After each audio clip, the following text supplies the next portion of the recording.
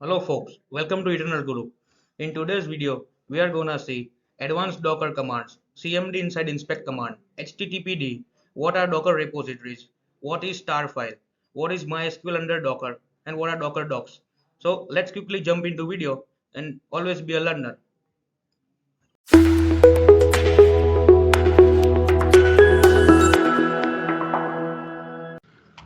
Now see जैसे आपको Docker images पुल करनी है, डॉकर इमेजेस से रिलेटेड हम लोग सारी कमांड्स देख लेते हैं। वैसे तो आपको इमेजेस पढ़ा चुके हैं उज्जवल सर, बट फिर भी मैं एक बार आपको बता देता हूँ। फिर से 10 मिनट का हम लोग रिवाइज कर लेते हैं, ठीक है।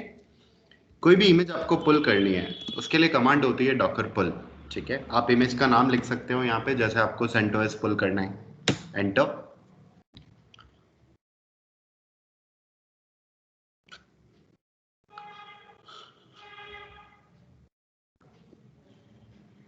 उन सारी इमेजेस को आप डॉकर इमेजेस कमांड से चेक कर सकते हो, ठीक है।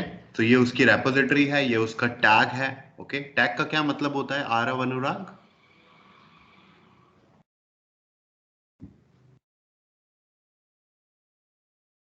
उसके अंदर जो ब्रांचेस होते हैं उसमें से लेटेस्ट वाले में लेटेस्ट रहता है, बाकी वर्जनिंग रहती है। यस, जैसे आपको सेंटोस का 7 चाहिए तो आपको उसका टैग देखना पड़ेगा। इमेज की आईडी, ये हमेशा एक यूनिक आईडी होती है, हर इमेज की एक यूनिक इमेज आईडी होती है। उसी से डॉकर को ये पता चलता है कि वो इमेज आपके सिस्टम में अवेलेबल है या नहीं है। नहीं होती है तो ये पुल कर लेता है। 3 महीने पहले बनी है, 209 MB की है। किसी भी इमेज को अगर आपको इंस्पेक्ट करना है, उसकी डिटेल्स देखनी है, तो आप इंस्पेक्ट कमांड यूज कर सकते हो। Docker inspect CentOS colon latest लेस, ठीक है। किसी भी इमेज को इंस्पेक्ट करना मतलब उसकी सारी इंफॉर्मेशन देखना, वो कि इमेज किसने बनाई है, उसमें क्या लेबल्स लग रहे हैं, उसका मेंटेनर कौन है, एवरीथिंग। ये आपको सारी डिटेल्स बताएगा। जैसे कब क्रिएट हुई, ठीक है। कंटेनर, जब आप इस इमेज से कोई कंटेनर बनाओगे तो उसका होस्ट नेम क्या होगा, वो भी दे रखा है, ठीक है। सीएमडी, सीएमडी का मतलब होता है कि जब आप इस इमेज से कोई भी कंटेनर बनाओगे तो उस कंटेनर के अंदर कौन सी कमांड स्टार्ट होगी, ठीक है। अब अगर मैं यहाँ पे जैसे लिख रखा है बिन बैश, अब मैं ये जानता हूँ दैट बिन बैश कमांड में जैसे ही चलाऊंगा एक नई शेल मुझे दे देगा वो, और प्रोसेस क्लोज हो जाएगी। जैसे आज आपने टॉप कमांड चलाई तो ये चल रही है ना कमांड, अभी तो प्रोसेस एक्टिवेटेड है बैकएंड पे। बट अगर मैं यहाँ पे बैश कमांड चलाऊंगा तो ये मुझे नई शेल दे देगा और ये क्लोज हो जाएगा।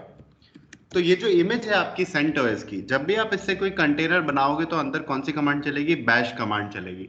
बैश कमांड चलेगी और बंद हो जाएगी। अब कंटेनर के अंदर अगर कोई प्रोसेस नहीं चल रही है तो कंटेनर भी बंद हो जाएगा, ठीक है। सो एक ना एक प्रोसेस का स्टार्ट होना कंटेनर के अंदर जरूरी है। अगर कंटेनर के अंदर एक भी प्रोसेस आपकी स्टार्टेड नहीं है तो आपका कंटेनर उसी टाइम स्टॉप हो जाएगा, ठीक है। तो वो आप यहां से पता लगा सकते हो कि ये जो इमेज है ये ओएस बेस्ड है या ये डीमन बेस्ड है। ओके, ये इमेज जो है ये ओएस बेस्ड इमेज है। क्लियर? ये आपको इसलिए दी हुई है ताकि आप अपनी खुद की कोई इमेज क्रिएट कर पाओ, क्योंकि किसी भी प्रोग्राम को इंस्टॉल करने के लिए आपको एक ओएस बेस्ड इमेज की जरूरत होती है ना। उसके बाद सीएमडी वाला पॉइंट क्लियर हुआ? हाँ जी, क्लियर हुआ। ठीक है। कुछ लेबल्स यहाँ पे दे रखे हैं, ठीक है। लेबल्स लाइक आपको कोई भी इंफॉर्मेशन देनी है, जब आप खुद की इमेज बनाओगे तो आप कुछ भी टाइप की इंफॉर्मेशन दे सकते हो। इसका वेंडर कौन है, वर्जन क्या है, बेस इमेज है, जनरल पब्लिक लाइसेंस वर्जन 2 है, कब इसका बिल्ड डेट है, ओके, इस टाइप की। डॉकर के कौन से वर्जन पे बनी है, 19.03, ठीक है। इसका आर्किटेक्चर क्या है, ओएस इसमें कौन सा है, लिनक्स बेस्ड ओएस है, सेंटोस, ठीक है। इस इमेज का सारा डेटा कहाँ रखा हुआ है, ये 3 डायरेक्टरीज आपको बता रहा है। इस डिफ फोल्डर में आपको मिल जाएगा सारा डेटा, ठीक है। बट वो हमें मेंटेन करने की जरूरत नहीं होती, वो डॉकर करता है। अब जैसे आपको माई सीक्वल की इमेज पुल करनी है, डॉकर पुल माई सीक्वल, जैसे कोई पर्टिकुलर वर्जन चाहिए तो वर्जन दे दो, कॉलन 5.6। पता कैसे चलेगा कि 5.6 देना है? सिंपल सा है, pub.docker.com पे जाओ, यहाँ पे माई सीक्वल सर्च करो, ठीक है। क्लिक करो इस पे और यहाँ पे आपको ये सारे टैग्स बताएगा कि लेटेस्ट है, 8.0.23 है, 8.0 है, 8 है, और उनके आगे सारी कमांड्स भी लिख रखी है, ठीक है। तो जो भी वर्जन आपको चाहिए वो आप पिक कर सकते हो।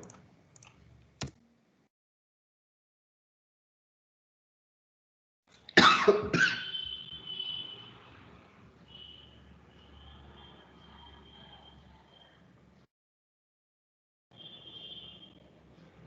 गई पुल। अब आप इस इमेज को इंस्पेक्ट करो। अब देखो, अगर मैं सिर्फ डॉकर इंस्पेक्ट माई सीक्वल करूंगा, ये मुझे कुछ भी नहीं बताएगा। क्यों? बिकॉज माई सीक्वल, जब मैंने बाय डिफॉल्ट माई सीक्वल लिखा तो ये लेटेस्ट को फाइंड कर रहा है, जबकि लेटेस्ट हमने डाउनलोड नहीं करी, हमने 5.6 डाउनलोड करी। तो टैग हमेशा देना जरूरी होता है। नाउ सी, यहाँ पे आप CMD देखो। पहली बात तो यहाँ पे आपको एक्सपोज पोर्ट मिल गया, मतलब जब भी आप इस इमेज से कोई कंटेनर बनाओगे तो वो कंटेनर कौन से पोर्ट पे लिसन करेगा? 3306 पे लिसन करेगा। उस कंटेनर के अंदर जो प्रोसेस है वो कौन से पोर्ट पे लिसन करेगी? 3306 पे। ठीक है। और यहाँ पे CMD में देखो क्या लिखा हुआ है, माई सीक्वल डी। मतलब जब भी आप इस इमेज से कोई कंटेनर बनाओगे तो कंटेनर बनाते ही उसके अंदर माई सीक्वल डी कमांड चलेगी, और माई सीक्वल डी कमांड चलाते ही उसके अंदर माई सीक्वल की प्रोसेस स्टार्ट हो जाएगी। और जैसे ही प्रोसेस आपकी स्टार्ट हो गई, कंटेनर आपका रनिंग स्टेट में आ जाएगा। ठीक है। ऐसे ही आप HTTPD की इमेज पुल करो, उसको इंस्पेक्ट करो, तो दो टाइप की इमेजेस होती है। कुछ OS बेस्ड होती है, जैसे CentOS, Ubuntu, ओके। कुछ होती है demon based. Demon based images मतलब उनके अंदर एक प्रोग्राम ऑलरेडी कॉन्फ़िगर्ड होता है। ठीक है। docker inspect httpd less and see the CMD। expose port कौन सा है? 80। मतलब जब भी आप इस इमेज से कोई कंटेनर बनाओगे, कंटेनर के अंदर की जो प्रोसेस है वो 80 पोर्ट पे लिसन करेगी। ठीक है। और यहाँ पे CMD में देखो क्या कमांड चला रखी है, httpd-foreground। ये कमांड आप नॉर्मल सिस्टम पे भी चलाओगे तो ये अपाचे की प्रोसेसेस को स्टार्ट कर देगा। ठीक है। उसके बाद डीमन बेस्ड प्रोसेस कंटेनर है सर। क्या कह रहे हो? जैसे ये डीमन बेस्ड कंटेनर है तो इसके बैकएंड में कौन सा ओएस रहता? डीमन बेस्ड इमेज है, इसके बैकएंड पे कौन सा OS है ये आप तब पता कर सकते हो जब इसकी डॉकर फाइल आपको अवेलेबल हो। अब जनरली Okay. जैसे HTTPD है, HTTPD के केस में अगर आपको पता करना है तो यहाँ पे सर्च कर सकते हो। इसके अंदर थोड़ा सा डॉक्यूमेंटेशन पढ़ना पड़ेगा। वैसे मैं बता देता हूँ Ubuntu होता है, पर आपको कैसे पता लगेगा वो बता देता हूँ। यहाँ पे देखो, USR लोकल अपाचे 2 का पाथ दे रखा है। राइट। इससे सीधा पता चलता है कि ऑब्वियस आप Ubuntu के अंदर ही ये पाथ होता है ना। CentOS में तो var/HTML होता है, राइट? राइट राइट राइट या तो उससे आपको थोड़ा आइडिया लग जाएगा, पर यहाँ पे कहीं लिखा हुआ नहीं है, ओके, कि ये Ubuntu पे बेस्ड है, ओके। और इसकी डॉकर फाइल भी नहीं दी हुई है, तो आप पता नहीं लगा सकते। ना ही आप ये पता लगा सकते हो कि इमेज बनी कैसे। क्लियर? डॉकर फाइल क्या होती है सर? डॉकर फाइल जिससे इमेज बनाते हैं हम लोग। ओके। ठीक है, बाद में पढ़ेंगे। नाउ डबल टैप काम नहीं कर रहा है, यहाँ पे मैं एक पैकेज इंस्टॉल कर लेता हूँ।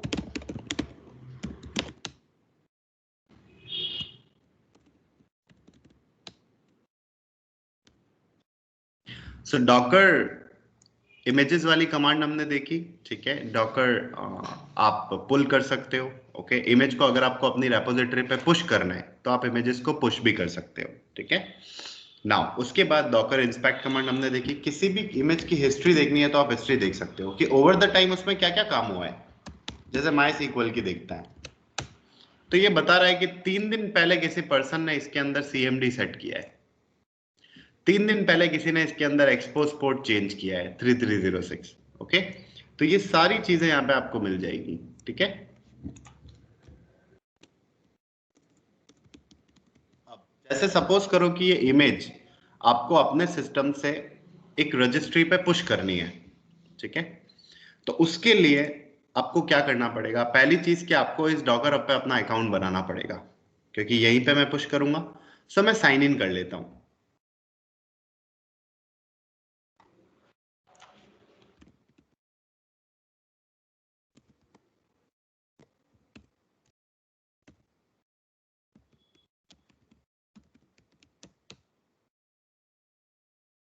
ठीक है, मैंने साइन इन कर लिया।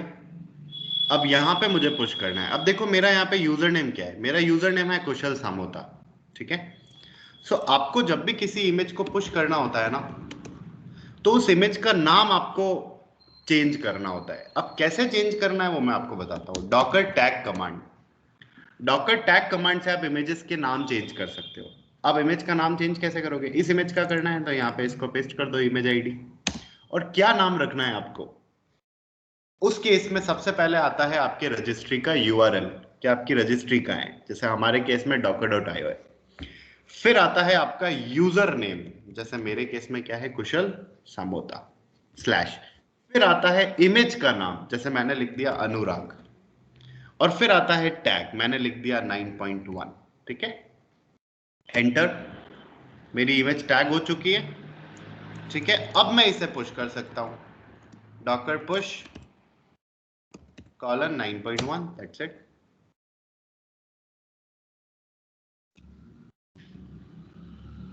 तो इमेज का नाम हमेशा आपको ऐसे चेंज करना पड़ेगा।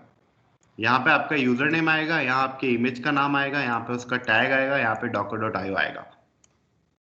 अब देखो ये बोल रहा है कि requested access to the resources denied, क्योंकि ऑब्वियस आपका सिस्टम डॉकर पे लॉगिन करके कैसे पुश करेगा, तो उसके लिए डॉकर लॉगिन कमांड दे रखी है।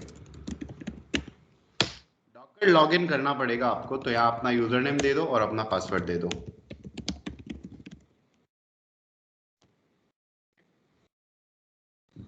और लॉगिन सक्सीड हो गया, मतलब अब आपका सिस्टम डॉकर से कनेक्ट कर सकता है। जैसे ड्रॉपबॉक्स पे कनेक्ट करना है तो ड्रॉपबॉक्स में लॉगिन तो करना पड़ेगा ना ऐप से, ठीक है, अगर सिस्टम से करना है तो। अब पुश कर दो।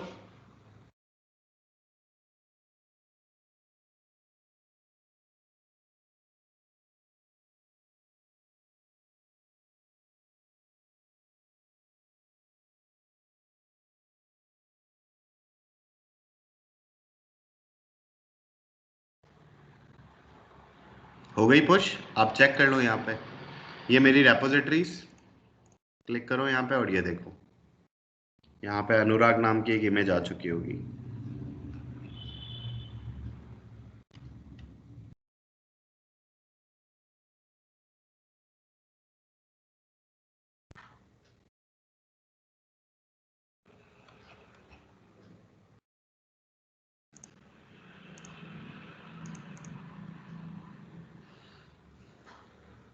डन, आ गई, updated a few seconds ago. Click करो इस पे। अब आपको ये इमेज पुल करनी है तो आप पुल कर सकते हो, डॉकर पुल। आपको मेरा बस यूजर नेम देना है और स्लैश अनुराग कॉलन टैग नेम। टैग इसका 9.1 है। ठीक है, फ्यू सेकेंड्स अगो आपने इसको अपलोड किया। अब ये रेपोजिटरी मेरी पब्लिक है तो इससे आप भी डाउनलोड कर सकते हो। अगर मैं चाहूँ तो इसे प्राइवेट भी बना सकता हूँ। प्राइवेट रेपोजिटरी मतलब कोई भी उससे डाउनलोड नहीं कर पाएगा मेरे अलावा। ठीक है, तो दो तरीके हैं। नाउ ये क्लियर हुआ पुल पुश सर कैसे करना है? मैं अगर कुछ टैग नहीं दूंगा तो वो लेटेस्ट में भी यही लेके आएगा? नहीं, नहीं लेके आएगा। ओके, क्योंकि अनुराग कॉलन लेटेस्ट करके तो कोई इमेज अवेलेबल ही नहीं है ना, तो वो कैसे डाउनलोड करेगा? टैग देना ओके, पड़ेगा आपको। ठीक है, ये क्लियर हुआ? ये सर। आगे बढ़ता है।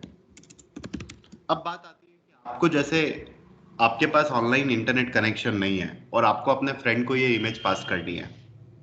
अब फ्रेंड को ये इमेज कैसे पास करोगे? क्योंकि अगर इंटरनेट कनेक्शन होता तो आप अपलोड कर देते रजिस्ट्री पे और वो वहां से डाउनलोड कर लेता, है ना। पर अगर इंटरनेट कनेक्शन नहीं है, उसके लिए एक तरीका है कि आप अपने इमेजेस की टार फाइल बना सकते हो। कैसे बनती है? Docker save. सबसे पहले इमेज का देख लो नाम, डॉकर सेव। इमेज का नाम, जैसे इस इमेज को मुझे टार में सेव करना है, ठीक है, तो डॉकर सेव, इमेज की आईडी दे दी -o डॉट टार। ठीक है, एक मैं यहां पे लिख देता हूं यहाँ पर अपाचे डॉट टार। तो ये डॉकर सेव कमांड क्या करेगा, इस पूरी की पूरी इमेज को as a tar file save कर देगा। देखो अपाचे डॉट टार बन गई। अब मैं क्या करता हूं, इस सिस्टम से सारी इमेजेस को रिमूव कर देता हूं, डॉकर आरएमआई।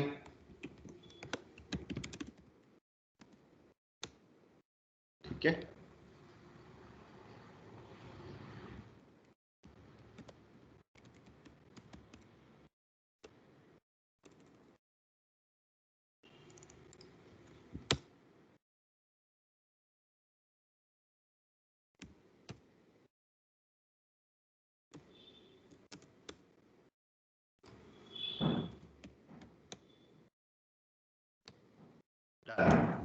अब देखो आपने सारी इमेजेस रिमूव कर ली।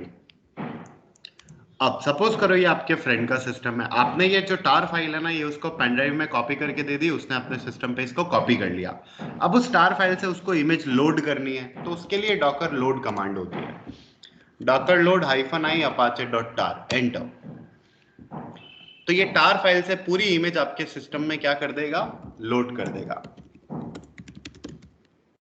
हो गई लोड, बस इसका नाम नहीं आएगा, नाम आप दे दो बाद में, डॉकर टैग httpd:/latest, तो इमेज का आईडी दे दिया, नाम प्रोवाइड कर दिया, आ गया नाम आपका। तो ऐसी आप अपनी इंपॉर्टेंट इमेजेस की टार फाइल बना के पेन ड्राइव में रख सकते हो। जिस भी सिस्टम पे आपको उस इमेज की जरूरत पड़ती है, पेन ड्राइव लगाओ, टार फाइल कॉपी करो, इमेज को लोड कर लो। ओके, तो अगर आपके पास इंटरनेट कनेक्शन नहीं है, प्राइवेट काम कर रहे हो, तो फिर आप ऐसे कर सकते हो।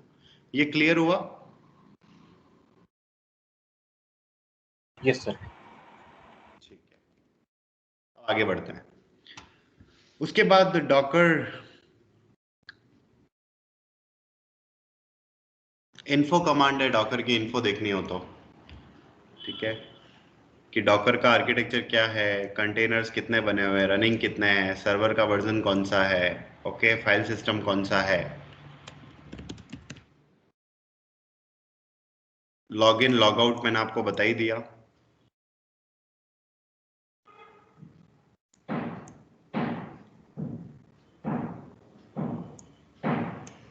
सर्च, अगर आपको अपने सिस्टम से सर्च करना हो इमेजेस को, तो टैग हमने देख लिया, अपडेट करना हो डॉकर को, दैट्स इट। अब बात करते हैं कि कंटेनर को कैसे बनाया जाता है। अब देखो, सबसे पहले सारे रनिंग कंटेनर देखने के लिए डॉकर पीएस कमांड चलती है, और अगर आपको ये डॉकर पीएस कमांड सिर्फ आपको रनिंग कंटेनर बताएगा, और डॉकर पीएस -a कमांड आपको रनिंग प्लस स्टॉप्ड कंटेनर बताएगा, मतलब सारे, ठीक है। तो मैं इस पे हर एक सेकंड में वॉच कमांड चला रहा हूं, ठीक है। कोई भी कंटेनर बनेगा, चालू होगा, तो हमें इस स्क्रीन पे दिख जाएगा, ठीक है, और ऊपर वाली स्क्रीन पे मैं कंटेनर बनाऊंगा, ठीक है। तो आपको पता चलता रहेगा कि हाँ, हम यहाँ क्या कमांड चला रहे हैं और यहाँ पे कंटेनर बन रहा है या वो एक्साइटेड हो रहा है, ठीक है। तो ये हर सेकंड में ये कमांड फायर कर रहा है और हमें आउटपुट देगा। Docker run -itd, let's say -d use कर लो अगर आपको डीमन बेस्ड इमेज का कंटेनर बनाना है। इमेज का नाम देना है तो -name अपाचे, और कंटेनर इमेज का नाम क्या है, httpd। तो डॉकर रन कमांड से आप किसी भी इमेज से कंटेनर बनाते हो। -d का मतलब होता है आप उसे बैकग्राउंड में चलाना चाहते हो, नाम, उस कंटेनर का नाम आप क्या देना चाहते हो। चलो मैं आपको इससे भी सिंपल बताता हूँ, हम सिर्फ सीधा डॉकर रन httpd कर देता है, ठीक है। जब ये कमांड मैं चलाऊंगा तो देखो कंटेनर आपका चालू हो चुका है, 3 सेकंड क्रिएट हो गए और ये अप है चालू आपका कंटेनर, लेकिन इसने मेरी शेल को ऑक्यूपाई कर लिया। अब मैं इस पर्टिकुलर टर्मिनल पे कोई काम नहीं कर सकता, मेरे को नया टर्मिनल ओपन करना पड़ेगा। तो ऐसे अगर मैं 100 कंटेनर बना रहा हूं तो 100 टर्मिनल थोड़ी खोलूंगा मैं, राइट। कंट्रोल सी करो, एक्साइट हो गया कंटेनर। नाउ कंटेनर को रिमूव करना है तो डॉकर rm-f, अभी इस कंटेनर का नाम क्या आ रहा था, स्वीट कैनन, ठीक है। अब वापस हम लोग कंटेनर बनाते हैं -d के साथ, और इस कंटेनर का नाम दे देते हैं अपाचे कंटेनर, ठीक है। अब -d ऑप्शन क्या करेगा, -d ऑप्शन कंटेनर को बैकग्राउंड में चलाएगा। सी, क्या इसने आपकी शेल ऑक्यूपाई करी, नहीं। ऑब्वियस, आप यहाँ पे आप दूसरा कंटेनर भी चला सकते हो, बट ये अप है 7 सेकंड से, और इसका नाम क्या है, अपाचे कंटेनर, ठीक है। कंटेनर को मुझे स्टॉप करना है, डॉकर स्टॉप कमांड, हो गया स्टॉप। कंटेनर को मुझे दोबारा से रीस्टार्ट करना है तो डॉकर स्टार्ट कमांड, हो गया स्टार्ट। कंटेनर को मुझे रीस्टार्ट करना है, कंटेनर को तब रीस्टार्ट किया जाता है जब कंटेनर के अंदर की प्रोसेस को आपको रीस्टार्ट करना हो, तो डॉकर रीस्टार्ट, तो ये हो गया रीस्टार्ट, ठीक है। इस टाइप से आपकी 3 कमांड्स हैं। ये क्लियर हुआ गाइस? Yes sir. नाउ इसको रिमूव कर देता है। अब देखो एक और ऑप्शन लगता है इसमें, Docker run -d -rm। -rm का क्या मतलब होता है? जैसे सपोज करो आपने ये कंटेनर चलाया अभी, गलती से अगर ये कंटेनर इन द फ्यूचर कभी भी स्टॉप होता है तो ये ऑटोमेटिकली रिमूव हो जाएगा, आपको मैन्युअली रिमूव करने की जरूरत नहीं पड़ेगी। अभी मैं इस कंटेनर को जानबूझ के स्टॉप करता हूं, जैसे ही मैं इसको स्टॉप करूंगा देखना यहां से आपका कंटेनर रिमूव हो जाएगा, हट गया सिस्टम से। पर अगर आपने ये ऑप्शन यूज किया हुआ नहीं होता और फिर अगर आप कंटेनर को स्टॉप करते तो कंटेनर आपका सिस्टम से रिमूव नहीं होता। ये कंटेनर अभी भी अवेलेबल है, तो आप इस नाम का दूसरा कंटेनर नहीं बना सकते, क्योंकि एक कंटेनर का नाम आप एक नाम दो कंटेनर में आप यूज नहीं कर सकते। तो ये आपका -rm ऑप्शन करता है। rm ऑप्शन का मतलब क्या है? जब भी आपका कंटेनर स्टॉप होगा वो ऑटोमेटिकली सिस्टम से रिमूव हो जाएगा। आया समझ में गाइस rm का मतलब? Yes sir.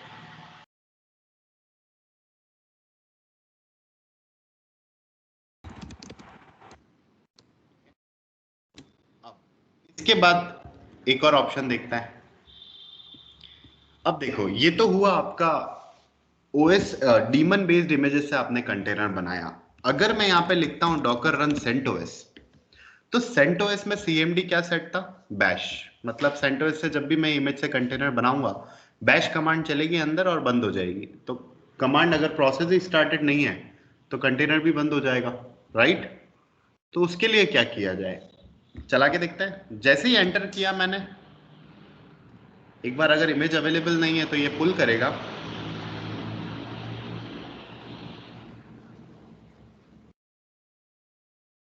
देखो एक्साइटेड हो गया। ओके, तो जैसे ही मैंने CentOS इमेज से कंटेनर बनाया ये एक्साइटेड हो गया। क्यों एक्साइटेड हुआ? सर बिन बैश कमांड इसमें चली और उसके बाद में वो जस्ट 1 सेकंड चलती है और फिर वापस से बंद हो जाती है, तो इसलिए मतलब एक प्रोसेस चालू होके वापस बंद हो गया, इसलिए एग्जिट हो गया वो।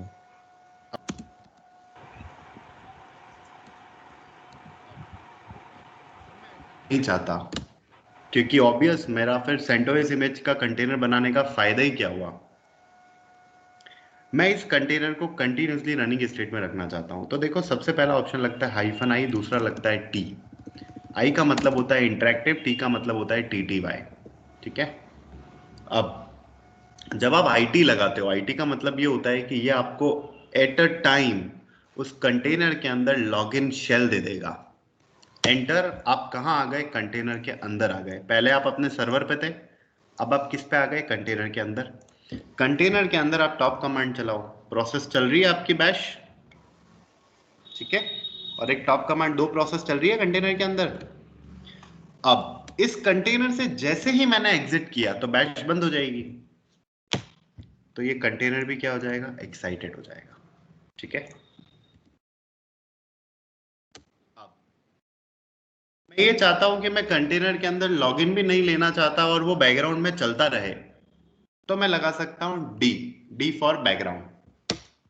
अब देखो आपने कंटेनर के अंदर लॉगिन नहीं लिया बट फिर भी आपका कंटेनर क्या है? अप है। क्लियर? तो ITD ऑप्शन लगा के आप OS बेस्ड इमेजेस का कंटेनर क्या कर सकते हो? बना सकते हो। क्लियर? डीमन बेस्ड के अंदर आपको IT लगाने की जरूरत नहीं पड़ती, उसमें सिर्फ D ही लगाओ आप, क्योंकि उसके अंदर वैसे ही आपका एक प्रोग्राम कॉन्फ़िगर्ड है। ओके, और जब भी आप उस इमेज से कंटेनर बनाओगे वो प्रोग्राम ऑटोमेटिकली स्टार्ट हो जाएगा। ठीक है, नाउ अब मुझे इस कंटेनर के अंदर जाना है, या लेट से मुझे बाहर से ही इस कंटेनर के अंदर कोई कमांड चलानी है, तो docker exec कमांड यूज होती है। docker exec, अब कंटेनर के अंदर कमांड चलाओगे कैसे? अंदर शेल तो लेनी पड़ेगी ना, तो -it। किस कंटेनर के अंदर शेल लेनी है? कंटेनर का नाम लिख दो, और क्या कमांड चलानी है? मुझे ls चलाना है। ये कंटेनर का आउटपुट है, मुझे कंटेनर के अंदर cat etc hostname चलाना है। ये कंटेनर का आउटपुट है। देखो मुझे कंटेनर के अंदर ls/boot कमांड चलानी है। तो कंटेनर के अंदर /boot नाम की कोई डायरेक्टरी नहीं है, ठीक है। मुझे cat टेल करना है -1 etc passwd को, तो कंटेनर के अंदर जो passwd है उसके अंदर लास्ट में ये लाइन लिखी हुई है। तो बाहर से अगर आपको कोई भी कमांड कंटेनर के अंदर चलानी है तो आप उसको किससे चला सकते हो, exec। अब आपको कंटेनर के अंदर जाना है तो बस इस कमांड की जगह आप क्या लिख दोगे, बैश। तो ये बैश शेल रन करेगा और आपको कंटेनर के अंदर लॉगिन दे देगा। अब आप यहाँ पे सारी कमांड चला सकते हो। अब देखो 2 बैच चल रही है यहाँ पे। एक बैच तो हमने स्टार्टिंग में ITD से लॉगिन किया और दूसरा हमने वापस exec IT करके वापस लॉगिन किया, तो दूसरी बैच चली, ठीक है। आप कंटेनर से एग्जिट करो, ये क्लोज नहीं होगा क्योंकि हमने -d बैकग्राउंड में चला रखा है, तो ये अप है। रिमूव करना है docker rm -f। ये क्लियर हुआ exec वाला command? Yes sir. Yes sir. जैसे एक और कंटेनर हम लोग बना देते हैं। सपोज करो आपके सिस्टम पे यहाँ पे एक फाइल पड़ी है rf.txt, इसको आपको कंटेनर के अंदर कॉपी करना है, तो उसके लिए कमांड है docker cp। अब cp कमांड में सबसे पहले क्या देते हैं, सोर्स, फिर क्या देते हैं, डेस्टिनेशन। सोर्स तो ऑब्वियस मेरा खुद का ही सिस्टम है तो मुझे वहीं से rf.txt कॉपी करनी है। और डेस्टिनेशन, अब डेस्टिनेशन में क्या देना पड़ेगा, हो सकता है आपके सिस्टम पे 50 कंटेनर्स हो, तो बताना पड़ेगा ना कि इस कंटेनर के अंदर इस लोकेशन पे मुझे कॉपी करना है /root के अंदर, ठीक है। तो docker cp कमांड से बाहर से आप कोई भी फाइल कंटेनर के अंदर किसी भी लोकेशन पे कॉपी कर सकते हो, एंटर। अब आप कंटेनर के अंदर ये कमांड चलाओ docker exec -it और ls/boot/root। कंटेनर के अंदर फाइल आपकी कॉपी हो चुकी है। अब लेट से कि आपको कंटेनर के अंदर से कोई फाइल बाहर वाले सिस्टम पे कॉपी करनी है, ठीक है। तो उसके लिए docker cp सोर्स और डेस्टिनेशन। डेस्टिनेशन तो क्या है, आपका खुद का सिस्टम, करंट वर्किंग डायरेक्टरी पे कॉपी कर दो तो डॉट लगा दो। और सोर्स क्या है, सोर्स ये कंटेनर का आईडी और कौन सी फाइल, /etc passwd। ये फाइल मुझे कंटेनर के अंदर से अपने सिस्टम पे डॉट पे कॉपी करनी है, एंटर। फाइल आ गई आपके पास कंटेनर की। कंटेनर के अंदर का पूरा फोल्डर कॉपी करना है तो पूरा फोल्डर भी कॉपी कर सकते हो, फाइल कॉपी करनी है तो फाइल भी कॉपी कर सकते हो, ठीक है। तो ये आपका docker cp कमांड है। हेल्प चाहिए तो यहां से देख लेना, ये बता देगा दोनों कमांड। कंटेनर से कॉपी करना है तो कंटेनर का पाथ और आपके सिस्टम का पाथ, और आपके सिस्टम से कॉपी करना है तो आपके सिस्टम का पाथ और फिर कंटेनर की आईडी और उसका पाथ, ठीक है। क्लियर हुआ docker cp command? Yes sir. ठीक है। नाउ डॉकर कंटेनर कमांड भी है, पहले यूज करते थे, नहीं करोगे तो भी चलेगा, ठीक है। नाउ exec हुआ हमारा हिस्ट्री इमेज, या किसी भी कंटेनर को आप इंस्पेक्ट कर सकते हो, डॉकर इंस्पेक्ट dazzling less। तो ये कंटेनर की सारी इंफॉर्मेशन बताएगा, कब क्रिएट हुआ, ठीक है। बाय डिफॉल्ट यहाँ पे आप देखो नीचे इसका आईपी एड्रेस भी बताएगा।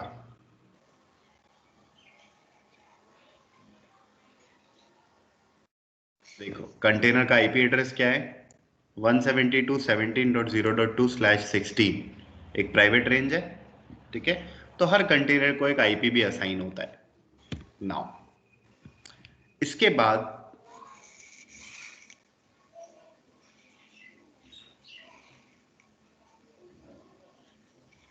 यस, अब देखो यहाँ पे बाय डिफॉल्ट जब भी आप किसी कंटेनर का होस्ट नेम देखना चाहते हो तो आप ये कमांड चलाते हो। जैसे इसका देखना है तो मेरे पास होस्ट नेम कमांड है, तो कंटेनर का होस्ट नेम हमेशा कंटेनर की आईडी ही होता है। बट किसी किसी केस में अगर आपको कंटेनर का होस्ट नेम चेंज करना है तो हम लोग रन करते टाइम यहाँ पे एक ऑप्शन लगाते हैं --- होस्ट नेम। क्या रखना है, मुझे रखना है कुशल, एंटर। तो अब कंटेनर की आईडी ये है, लेकिन जब आप कंटेनर के अंदर होस्ट नेम कमांड चलाओगे तो कंटेनर का होस्ट नेम क्या है? कुशल। तो कंटेनर का होस्ट नेम चेंज करना है तो ये वाला फ्लैग यूज कर सकते हो। सपोज करो आपको कंटेनर के ऊपर मेमोरी या सीपीयू की लिमिट लगानी है कि मेरा जो ये कंटेनर है ये मेरे सिस्टम पे, क्योंकि container as a process run करता है आपके सिस्टम पे, ठीक है। और अगर आप नहीं चाहते कि वो कंटेनर सारी मेमोरी यूज करे तो आप उस पर लिमिट लगा सकते हो, hyphen hyphen CPU hyphen hyphen memory, ठीक है। अब ये ऑप्शंस मुझे कैसे पता चले? आप डॉकर रन में हाइफन हाइफन हेल्प कमांड चलाओ, ग्रैब करो इसमें, तो देखो यहाँ पे बता रखा है कि आप सारी सीपीयू सेट कर सकते हो। आप चाहो तो मेमोरी की लिमिट लगा सकते हो, बता रहा है मेमोरी बाइट्स। आप चाहो तो होस्ट नेम सेट कर सकते हो, ठीक है। आप चाहो तो आईपी सेट कर सकते हो कंटेनर का, ओके, कि नहीं यही आईपी मिलना चाहिए कंटेनर को। तो एवरीथिंग यू कैन डू। बस डॉकर रन में बहुत सारे फ्लैग्स हैं, कम से कम भी 50 फ्लैग होंगे इसमें। अब उसके बाद एक और इंपॉर्टेंट ऑप्शन है जो प्रोडक्शन में काफी यूज होता है। जैसे सपोज करो यहाँ पे कुछ कंटेनर्स मैंने चलाए,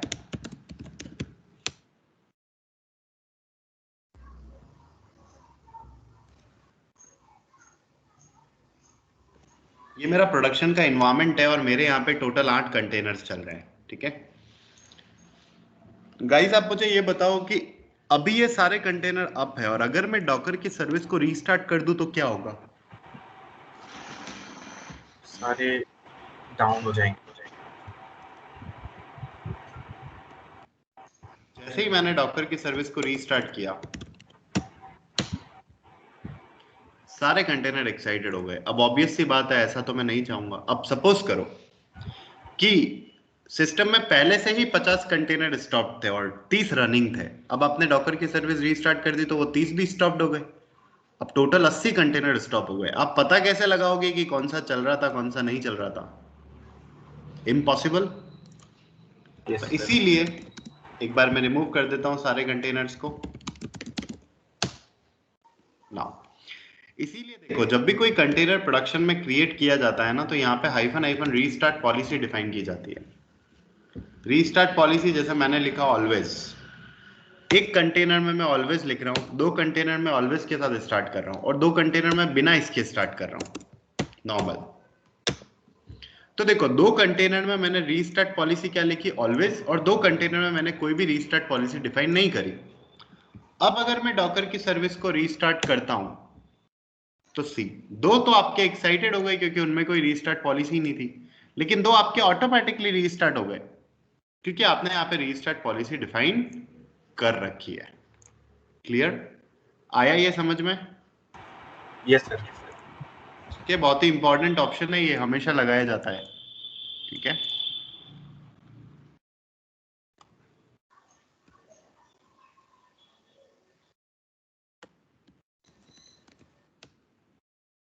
दैट्स इट। इसके बाद commit create cp container events pack kill load log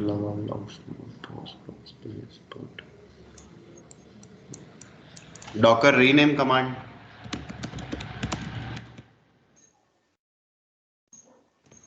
किसी भी कंटेनर को रीनेम करना है, डॉकर रीनेम। कौन से कंटेनर को करना है? इस कंटेनर को करना है। क्या नाम देना है?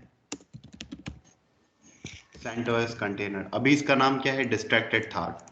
अब जैसे ही करोगे चेंज हो जाएगा, वेरी सिंपल। उसके बाद RMI देख लिया, रन देख लिया, सेव देख लिया, सर्च देख लिया, स्टार्ट देख लिया, स्टॉप देख लिया। Docker system command, Docker system DF. Docker system DF command आपको ओवरऑल स्टेटस बताती है कि टोटल आपके पास अभी सिस्टम में 2 इमेजेस हैं। दोनों इमेजेस में से आपकी एक इमेज ही यूज हो रही है, मतलब उससे कंटेनर बना हुआ है और कंटेनर कितना है 1 और एक्टिव भी कितना है 1, ठीक है। लोकल वॉल्यूम बिल्ड कैशे को हम लोग बाद में देखेंगे। डॉकर टॉप कमांड,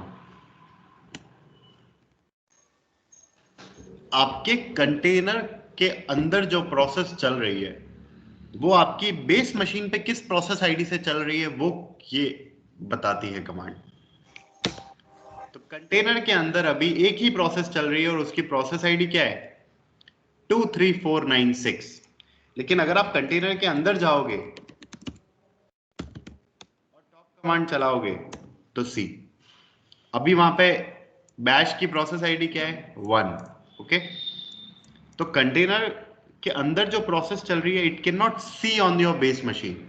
आपके बेस मशीन पे क्या चल रहा है वो नहीं देख सकती है, बट बेस मशीन पे जो आपका सिस्टम डी है जो सारी प्रोसेस को मैनेज करता है वो ये देख सकता है कि कंटेनर के अंदर कौन सी प्रोसेस चल रही है।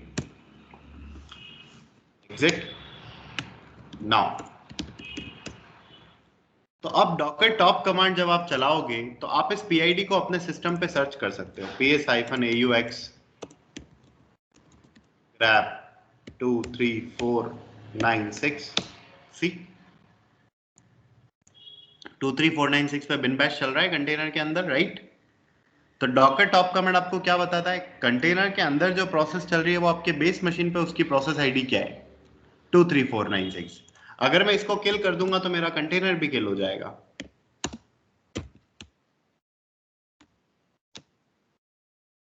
हो गया एक्साइटेड, ठीक है। उसके बाद दैट्स इट, ये आपकी सारी कंटेनर्स की कमांड है। हाँ, एक लॉग्स वाली कमांड भी है। जैसे सपोज करो आपने एक कंटेनर बनाया HTTPD का, अब आपको इसके लॉग्स देखना है तो डॉकर लॉग्स कंटेनर का आईडी एंटर, तो ये आपको उसके लॉग्स बता रहा है, ठीक है। तो डॉकर लॉग कमांड से आप किसी भी कंटेनर के अंदर जो एप्लीकेशन लॉग प्रोड्यूस कर रही है उनको क्या कर सकते हो, देख सकते हो।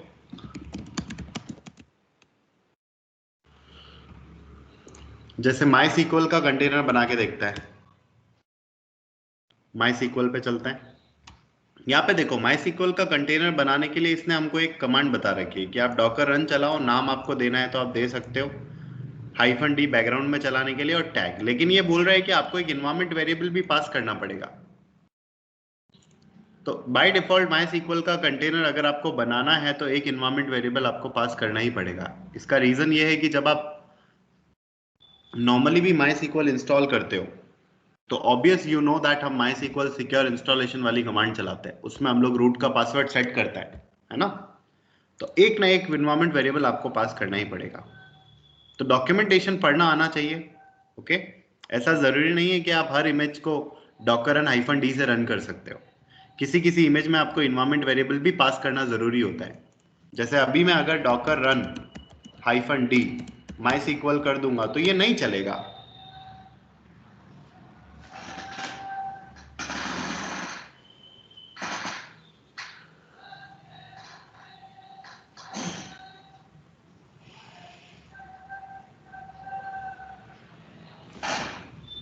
देखो एक्साइटेड हो गया ये, क्योंकि डॉक्यूमेंटेशन पे लिख रखा है कि आपको एक इन्वायरमेंट वेरिएबल पास करना ही पड़ेगा। डॉकर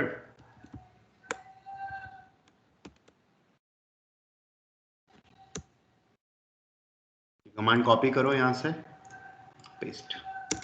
वर्जन कौन सा चाहिए, लेटेस्ट ही ले लो, और नाम क्या चाहिए MySQL, एंटर। चल गया आपका कंटेनर, और पोर्ट कौन सा एक्सपोज्ड है 3306। अब कंटेनर के अंदर चलो, आ गए कंटेनर के अंदर। अब कंटेनर के अंदर ही तो MySQL इंस्टॉल्ड है, तो MySQL से लॉगिन करो, MySQL -u root -p। Password क्या है, ये रहा आपका पासवर्ड। हो गया login, show databases, that's it. Select user comma host from MySQL.user। आपका रूट यूजर है अवेलेबल, स्टार दे रखा है, मतलब कोई भी कहीं से भी इस रूट यूजर से कनेक्ट कर सकता है आपके डेटाबेस में, ठीक है। एग्जिट, एग्जिट, और ये कंटेनर रिमूव कर दो।